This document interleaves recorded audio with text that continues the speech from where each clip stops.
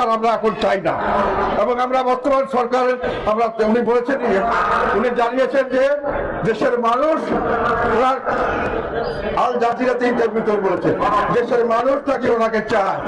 আমরা পরিষ্কার ভাবে বলতে চাই, আমরা ওনাকে আর সরকার প্রধান হিসেবে আমাদের আস্থা নাই, আমরা তাকে চাই না। একই সঙ্গে উনি বলেছেন সংস্কার করবেন।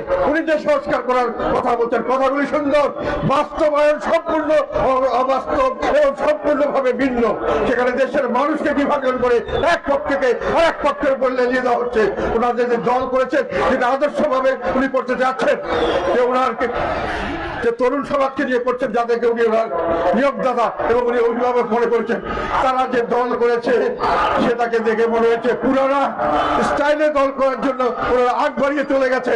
এবং সেই পুরানা কাহিনী, যেখানে শোডাউনের রাজনীতি, যেখানে চাঁদাবাজির রাজনীতি বিদায় দিয়েছি আমরা আরেকটি ফেসিবাদকে গ্রহণ করার জন্য নয়। আমরা এই নব্য ফেসিবাদের বিরুদ্ধে রুখে দাঁড়াতে চাই। দেশের জনগণ আমাদের সঙ্গে থাকবে, ইনশাল্লাহ থাকবে। আমরা নব্য ফেসিবাদ এবং নব্য ফেসিবাদের দোষরদেরকে এই দেশের থেকে বিতাড়িত করবো ইনশাল্লাহ। এই বলে আমরা এক থাকবেন। দেশের জনগণের ভালো আমরা দেখেছি, সবসময় দেখেছি, এখনো দেখছি। আমাদেরকে শুধু কোনো কারণ ছাড়া আমাদেরকে রাজনৈতিক প্রক্রিয়া থেকে বের করে দেওয়ার চেষ্টা করা হচ্ছে। আমাদেরকে ভোটাধিকার থেকে বঞ্চিত করার চেষ্টা করেছে, আওয়ামী লীগকে করা হচ্ছে। কেন? কোন আইনে করবেন? কোন সময় কেউ দোষ করলে তার দোষটা তার নিজের দোষ, তার দলের দোষ না, তার ধর্মের দোষ না। সে ধর্ম হলে সেই খ্রিস্টান সবাই খারাপ, কি বৌদ্ধ সবাই খারাপ, তা নয়। কাজে আপনারা কাউকে নির্বাচন থেকে বাদ দিতে পারবেন না। সবাইকে নিয়ে নির্বাচন করতে হবে। সেই বুকের পাটা নিয়ে রাস্তায় দাঁড়ান। বিচার সবসময় করা যায়, বিচারের কোনো টাইম লিমিট নাই। সংস্কার সবসময় করা যায়, সংস্কারের কোনো টাইম লিমিট নাই। সংস্কার আমরা এই মুহূর্তে চাই না। সংস্কার যারা করতে চাচ্ছেন অবাস্তব সংস্কার, আমরা সংস্কার চাই নির্বাচনের পরে নির্বাচিত মানুষের দ্বারা তাদের মতামতের ভিত্তিতে, এবং তারা যে সংস্কার করবে সেই সংস্কারে আমরা পালন করবো ইনশাআল্লাহ। আমরা যেখানে প্রোগ্রাম করতে যাই বাধাপ্রাপ্ত হই, আমাদের মানুষকে মানুষকে বিভিন্ন ভাবে মামলা দিয়ে জেল খাটানো, তাদের উপরে লাঠি চার্জ করা হয়, তাদেরকে হামলা করা হয়, বিভিন্ন ভাবে বেজ্জতি করা হয়, মানুষের ঘর থেকে বেরোতে পারে না। এই অন্যায় অত্যাচার আমরা সহ্য করব না।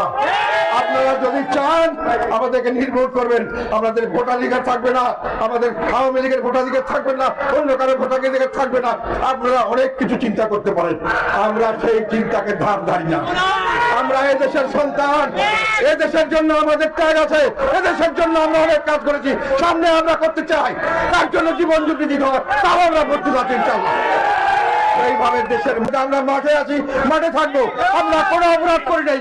জনগণের চোখে যদি কোনো অপরাধ করে থাকি, জনগণ আমাদের বিচার করবে।